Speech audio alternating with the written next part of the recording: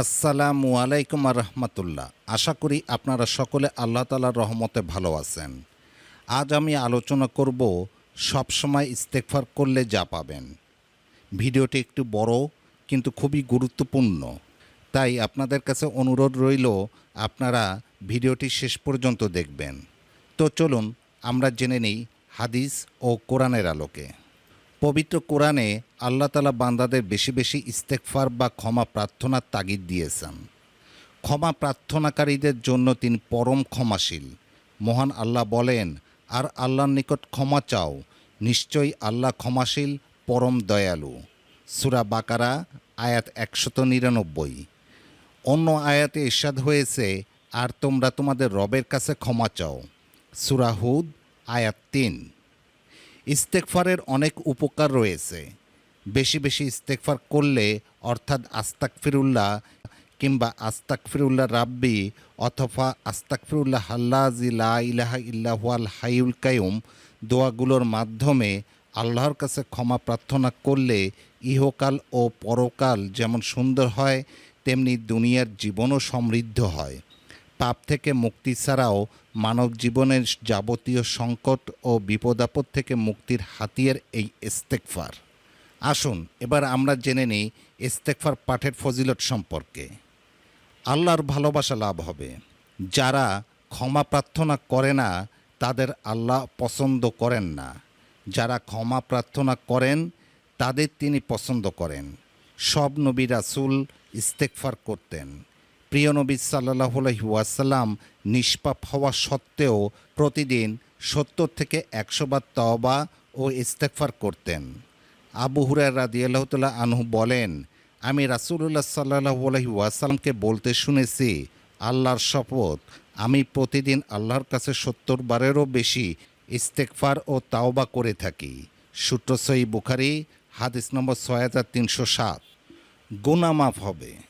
পবিত্র কোরআনে ইরশাদ হয়েছে, আর কেউ কোনো মন্দ কাজ করে অথবা নিজের প্রতি জুলুম করে পরে আল্লাহর কাছে ক্ষমা প্রার্থনা করলে আল্লাহকে সে ক্ষমাশীল ও পরম দয়ালু হিসেবে পাবে। সূরা নিসা আয়াত ১১০। বিপদ দূর হবে। ভয়াবহ বিপদ কিংবা প্রাকৃতিক দুর্যোগ দিয়ে মহান আল্লাহ মাঝে মাঝে বান্দাকে পাপের শাস্তি দেন, কিন্তু বান্দারা যখন ইস্তেগফারে রত হয়ে যায় তখন তিনি আযাব উঠিয়ে নেন। পবিত্র কোরআনে ইরশাদ হয়েছে, এবং আল্লাহ এমনও নন যে তারা ক্ষমা প্রার্থনা করবে বা ইস্তেগফার করবে অথচ তিনি তাদেরকে শাস্তি দেবেন। সূরা আনফাল আয়াত ৩৩। দুশ্চিন্তা দূর হয়ে জীবিকার ব্যবস্থা হবে। প্রিয় নবী সাল্লাল্লাহু আলাইহি ওয়াসাল্লাম বলেন, যে ব্যক্তি নিজের জন্য ইস্তেগফার ক্ষমা প্রার্থনা আবশ্যক করে নেবে, আল্লাহ তাকে সব দুশ্চিন্তা থেকে মুক্তি দেবেন, সব সংকীর্ণতা থেকে উদ্ধার করবেন এবং তাকে এমনভাবে জীবিকার ব্যবস্থা করবেন যা তার চিন্তার বাইরে। সূত্র সুনানে নাসাই হাদিস নম্বর ৩৮১৯। রিজিকে বরকত হবে। রিজিকে বরকতের জন্য ইস্তেগফার খুবই গুরুত্বপূর্ণ বিষয়। হাদিসে এসেছে, যে ব্যক্তি বেশি বেশি ইস্তেগফার করবে আল্লাহ তার সব সংকট থেকে উত্তরণের পথ বের করে দেবেন, সব দুশ্চিন্তা মিটিয়ে দেবেন এবং অকল্পনীয় উৎস থেকে তার রিজিকের ব্যবস্থা করে দেবেন। সূত্র মুস্তাদরাকে হাকিম হাদিস নম্বর ৭৬৭৭। দুনিয়ার সফলতা। ইস্তেগফারের মাধ্যমে বান্দা সফলতা লাভ করে। আল্লাহ তার শক্তি ও সম্মান বাড়িয়ে দেন। পবিত্র কোরআনে ইরশাদ হয়েছে, হে আমার সম্প্রদায়, তোমরা তোমাদের রবের কাছে ক্ষমা প্রার্থনা করো, তারপর তার দিকে ফিরে আসো। তিনি তোমাদের উপর প্রচুর বৃষ্টি বর্ষণ করবেন, আর তিনি তোমাদেরকে আরও শক্তি দিয়ে তোমাদের শক্তি বৃদ্ধি করবেন, এবং তোমরা অপরাধী হয়ে মুখ ফিরিয়ে নিও না। সূরা হুদ আয়াত ৫২। আখেরাতের সফলতা। মহান আল্লাহ ইস্তেগফারকারীদের জন্য আখেরাতে যা রেখেছেন সে সম্পর্কে পবিত্র কোরআনে ইরশাদ হয়েছে, বলুন, আমি কি তোমাদেরকে এসব বস্তু থেকে উৎকৃষ্টতর কোনো কিছুর সংবাদ দেব? যারা তাকওয়া অবলম্বন করে তাদের জন্য রয়েছে জান্নাতসমূহ, যার পাদদেশে নদী প্রবাহিত, সেখানে তারা স্থায়ী হবে।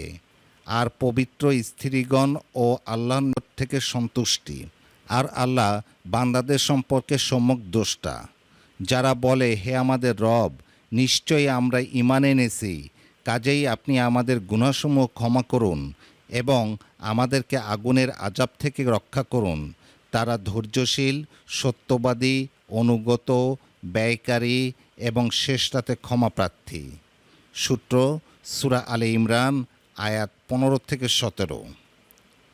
আবু হুরায়রা রাদিয়াল্লাহু তাআলা আনহু থেকে বর্ণিত, আল্লাহ রাসূল সাল্লাল্লাহু আলাইহি ওয়াসাল্লাম বলেছেন, মহামহিম আল্লাহ তাআলা প্রতি রাতের শেষ তৃতীয়াংশ অবশিষ্ট থাকাকালে পৃথিবীর নিকটবর্তী আসমানে অবতরণ করে ঘোষণা করতে থাকেন, কে আসো এমন যে আমাকে ডাকবে, আমি তার ডাকে সাড়া দেব।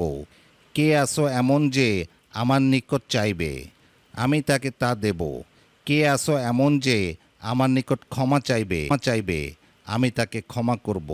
সূত্র বুখারী, হাদিস নম্বর 1145। অতএব যারা রাতের শেষাংশে মহান আল্লাহর ডাকে সাড়া দেবে এবং ইস্তেগফার করবে, মহান আল্লাহ তাদের ক্ষমা করে দেবেন এবং জান্নাতে প্রবেশ করাবেন। আল্লাহ তাআলা মুসলিম উম্মাহকে বেশি বেশি তওবা ইস্তেগফার করার তৌফিক দান করুন। আমিন।